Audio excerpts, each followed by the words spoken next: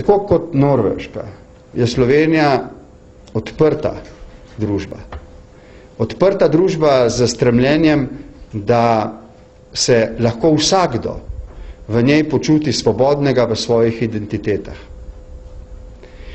Ta multikulturni, svobodni in strpni odnos družbe se je na Norveškem z posegom posameznika končal zelo tragično in odprl vprašanja, ki jih na nek način mora adresirati tudi Slovenija, če hoče in hoče, to moram zdaj zelo jasno počrtati, ostati svobodna družba, v kateri se bo sleherni posameznik razvijal tako, kot bo sam želel ali želela, ne da bi pri tem oviral isto pravico drugega.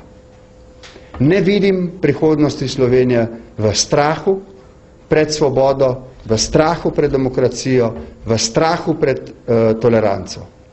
Vidim pa odgovornost države, da prav zaradi tega, ker želi doseči te cilje, vendarle pogleda, kako v 21. stoletju, brez tega, da bi med državljane sejala strah in nezaupanje, zavaruje državljane pred tem, da bi se zgodilo kaj takega, kot se je zgodilo na Norveškem ali se dogaja v drugih odprtih družbah.